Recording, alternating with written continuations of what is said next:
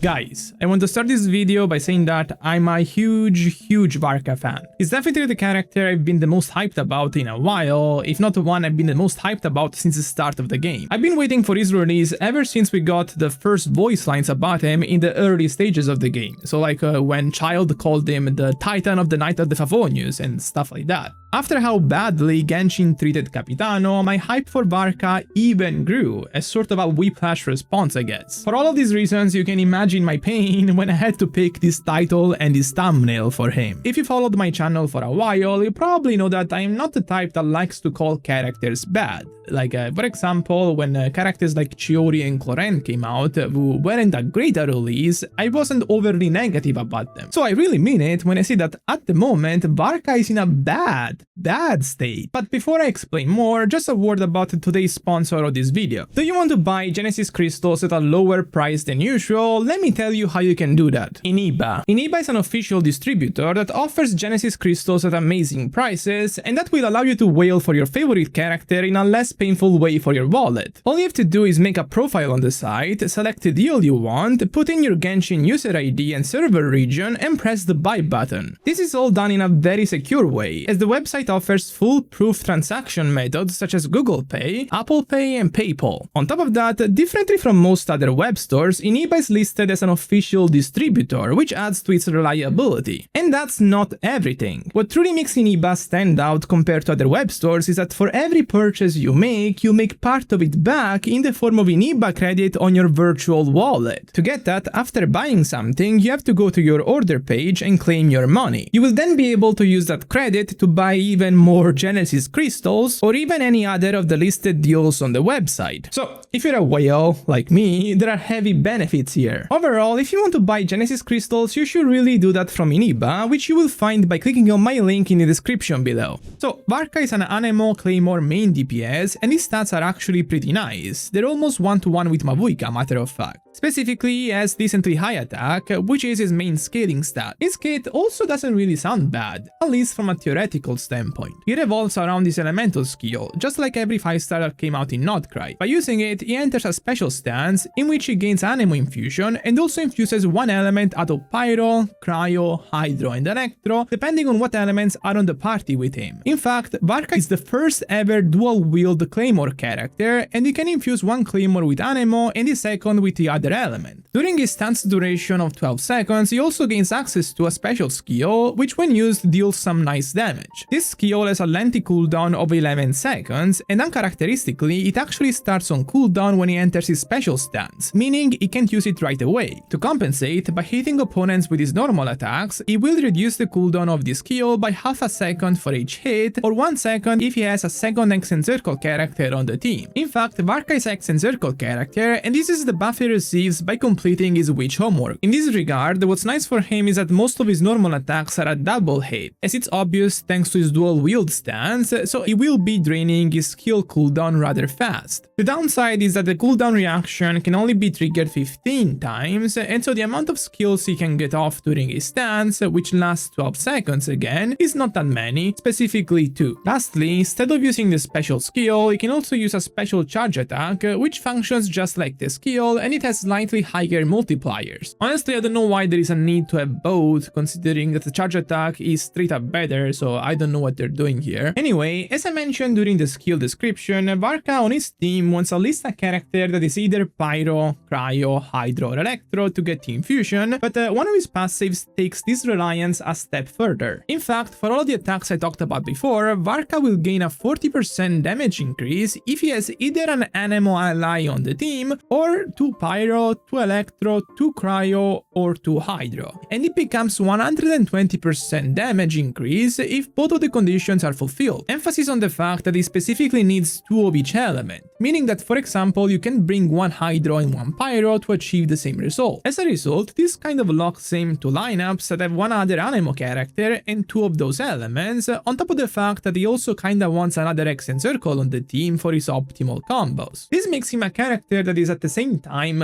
both restrictive and flexible, because yes, while he's quite flexible in terms of possible lineups, he's restricted to a single reaction type on the team, which is Sword. While this isn't a big issue, it will make it tough to use him against enemies that require specific elemental elemental reactions to be used against them, like for example all the recent bosses which become much easier to clear if you have access to lunar reactions on the team. Still, these teams have an elemental flexibility that most modern DPSs don't have, and this will give him good mileage against bosses that have specific weaknesses to one element. The rest of his kit is less important and more basic. He gets a few damage bonuses depending on his attack value and if the team triggers swerves, which add up to 55% damage bonus in total. His elemental burst is a simple attack that deals both anemo and infused elemental damage that follows the same logic as his skill infusion. It has a nice multiplier, but sadly it doesn't get amplified by the big multiplier increase in his passive, so it's kinda like Nefer's burst, something that you rarely will want to use. Before I move on, let me remind you that if you enjoy my content but you haven't subbed yet, please consider doing that because it really makes me notice your support. So, if his kit in theory sounds kinda good, then what's the actual issue? It's simple. His damage is really disappointing. On a team with Venti, Bennett and Durin, so his best team, based on the combo that has been shown to be possible from animations footage, a cheap investment, his damage per rotation is barely 1 million. This puts him in range with a character like Flames if you're looking at Notcry, but Varka is doing that in 12 seconds as opposed to Flames' 10 seconds of field time. Venti and Durin also are no Ineffa and Colombina in terms of their own damage output. Very far from that actually, they contribute to not even half of the damage the non-Cry duo can dish out. The result is that, in terms of team output, Varka looks embarrassingly bad for a 2026 character. Bad enough that you're probably looking at his infographic and thinking that there is no way this is right. And trust me, I wish that was the case, I wish I was wrong, but sadly, these calculations match what I've seen from other theory crafters. Things get even worse if you remove Venti from the composition, which I think is a relatable scenario for anyone who isn't a day 1 player. In a vacuum, characters like Aoife with Thrilling Tales at Cinder City and Sucrose with Thrilling Tales aren't much worse than Venti in terms of buffing, but since Varka isn't actually that great of a damage dealer, the loss of Venti's personal damage is felt on this team, even if it's not that high or anything. The situation is really bad, it's terrible. And if the team DPS numbers I've shown are not enough to prove it, then take a look at this. So Varka is a character who, on his best team from a kit design standpoint, has worse team DPS than if you were to show her name on a Colombina Ineffa Lunar Charge team. What? This unironically puts him in the same company as characters from Fontaine that are pretty much in the same situation right now. Oh my goodness. I also did a second calculation with the assumption that we can somehow squeeze 5 more normal attacks, basically in the hypothetical that we're all being very pessimistic with the animation counting. This situation of course looks better, but not to the degree that it will make his team DPS acceptable for a limited 5-star character in the current meta in his best team. And to be honest, I really doubt this combo is possible. I calculated him a Constellation 6 also, because I was planning to get him at that investment, and while I know that it's not a relatable scenario, I think showing it adds context to just how bad Varka is looking right now. At Constellation 6, his team DPS seems to be just enough to compete with non-Cry characters' best teams at Constellation 0. I'm not completely sure about the combo here, because the Constellation 6 and Constellation 1 add some skill uses to his kit, but based on my own animation counting, this should line up in terms of rotation time and everything. And this brings me to consider a very depressing parallel with another character that at release a Constellation 6 investment was comparable to the best DPSs at Constellation 0.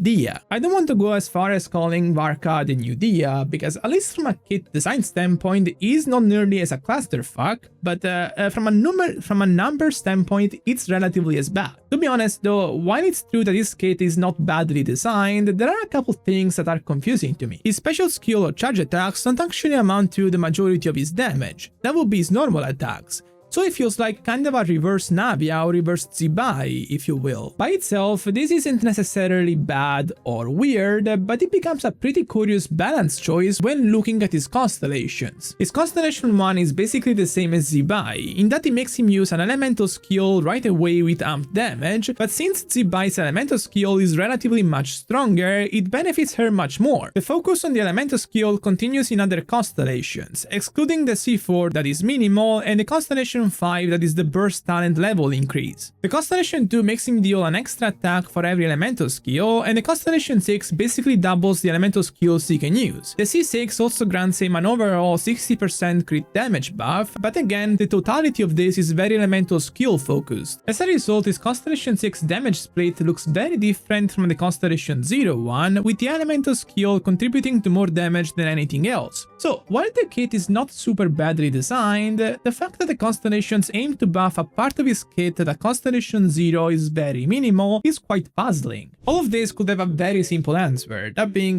Varka is a standard character. And if you look at the current numbers, it wouldn't even be that weird. That said, again, his kit doesn't really look as messed up as somebody like Diaz, or the more recently released Mizuki, who can't even normal attack, so I feel like his kit will need to have some more quirky characteristics in a negative way for him to be standard. His portrayal also doesn't strike me as a standard character, like I might be biased here, I don't know, but he really has a lot of hype, like the fact that he has a brand new model, the very popular Japanese voice actor, the fact he got continuously referenced ever since 1.0, and is even getting a weapon skin exclusive to him, which I can show in this video for obvious reasons. So like, come on, this makes no sense, like what? Anyway, all I have to say is that the situation looks extremely dire, and the only hope, or cope, depending on how you prefer to call it, is that he either gets massively buffed, or that there is something in his kit that we don't know yet, although that's unlikely.